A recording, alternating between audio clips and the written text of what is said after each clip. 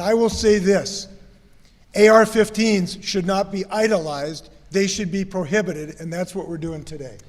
3 gun-related bills are now law in Washington state. Governor Jay Inslee signed them earlier this morning, making Washington the 10th state with an assault weapons ban. Good evening, and thank you for joining us for KREM 2 News at 5 tonight. I'm Mark Hanrahan. It's good to have you here. I'm Whitney Ward. Going into effect immediately, the ban applies to all future sales of assault-style weapons. However, those who already own those types of firearms will not be impacted by this new law. KREM 2's Amanda Rowley spent the morning at a Spokane gun shop where they began removing those guns from store shelves. She is live in the studio tonight with their reaction to this landmark signing. Amanda?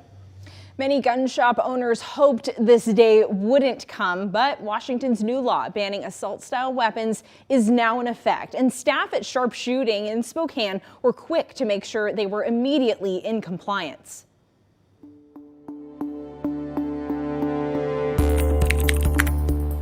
It's 9 a.m., an hour before Washington's ban on assault weapons goes into effect. Yeah, that's for anything. And staff at Sharpshooting are busy clearing their shelves. All of that has to go upstairs. The ban goes into effect immediately upon signing it into law, which means Washington gun dealers can no longer display any banned inventory. Let's see, grips are good. That's why Sharpshooting staff spent this morning before opening their doors, moving banned inventory into storage. These are all going to head upstairs to be sold online out of state.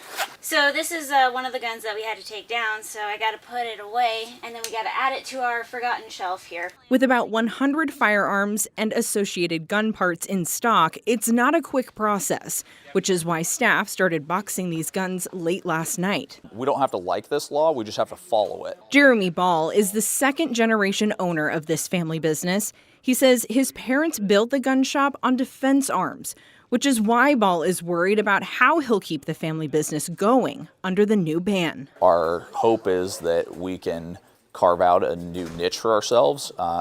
It's not going to be easy because it's almost like starting over again. So that should be it. Staff took one last check on the sales floor for any parts or guns that needed to be pulled. By the time doors opened this morning, several cases and shelf displays were empty. You can see just even like right inside of this shelf here and the next couple of them as you work here, the bottom shelves are completely empty. For now, their inventory of banned firearms will sit here, out of sight, waiting to be sold out of state. Now, the new law allows gun shops like Sharpshooting 90 days to sell the banned firearms they already have in stock, but they can only be sold or transferred to customers out of state. Amanda Rowley, KREM 2 News. Amanda, thank you very much. In other news this evening, one of the roommates who was inside the home where 4 University of Idaho students were murdered last year is asking a judge that she not be required to appear at the suspect's hearing. That hearing is right now set for late June. The roommate says the subpoena she's facing would require her to appear in person for that hearing and potentially for the duration of the entire trial itself. Brian Koberger is now charged with 4 counts of first-degree murder as well as burglary. He has yet to enter a plea. All right, taking a break from our top stories tonight, let's take a look at the forecast, which is pretty nice. I think it sounds like one of our top stories. It should be one of our top stories. I think most people would agree. It's looking pretty good. We've got our chief meteorologist, Jeremy Legoo, standing by with all the good details. You don't hear me complaining. Let's call it a top story. Yeah, all right. All right, with our other top story, weather. Right now we sit at 60. New ED get out. Here it is, 60 degrees in Spokane, and it's about there across much of the inland northwest. Temperatures on the warm side of things, and 60 does feel kind of hot. I actually just got a message from a viewer saying, I'm right there with you. It feels kind of hot outside. Bad news for all of us who think that includes you, Mark. It's going to get even hotter in the days to come. We're building in that ridge off the coast, and that ridge, you can basically trace it in the atmosphere. Here we go. Something like this. This isn't exact, but what it is a good sign of what we've got going on. Now, a little bit of cloud cover running under that ridge makes me say it's a dirty ridge of high pressure right now, and that's going to play a role in our cloud cover the next couple of days. So tomorrow, I think we call it increasing cloud cover. Thursday, or well, decreasing cloud cover tomorrow. There we go. Thursday, increasing cloud cover. And that pattern is going to keep us in the upper 60s both Wednesday and Thursday, but it does still look like we hit the 70s on Friday and even warmer this weekend. This is a major turnaround in our overall weather pattern. Jeremy, thank you. The small communities of Malden and Pine City are steadily rebuilding after the 2020 Labor Day fire that destroyed much of those towns. Today, students from Washington State University were also there, presenting some ideas on how both towns can build back better than ever. KREM 2's Shannon Mowdy was also there. She traveled to Malden to hear some of those proposals. Less than 3 years after that fire, there are new homes, upgraded technology and infrastructure, and now a reimagining of the future of this eastern Washington town. Our residents went through hell.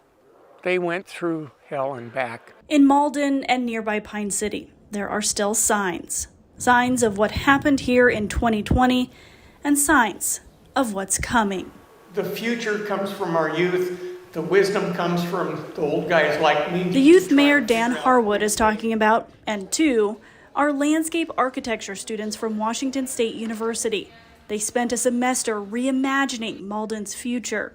But if we put in the fire breaks perpendicular to the way the wind travels, it makes it harder for the fire to jump from these tree lines, and it creates these spaces where vehicles can get into in case of emergencies. Like fire-wise landscaping and more community spaces. And the main focus of this site is the market, which is to allow for opportunities of exchange. May that be goods or just a simple interaction, this is about community and bringing in benefits to Malden. Others look to expand on what the area already has, like existing trails and tourism opportunities. That's the bathhouse, which is something that the Police Cascades Trail users can use to kind of shower or go to the bathroom, because that's something that they don't have access to right now. And Malden's already well on its way in rebuilding. They're already digging for a new water system, including adding more fire hydrants. And cement trucks pass every few minutes as new foundations are being poured. 27 houses have been replaced of the 67 lost. We also have cell service now here in town. The town also has high-speed fiber.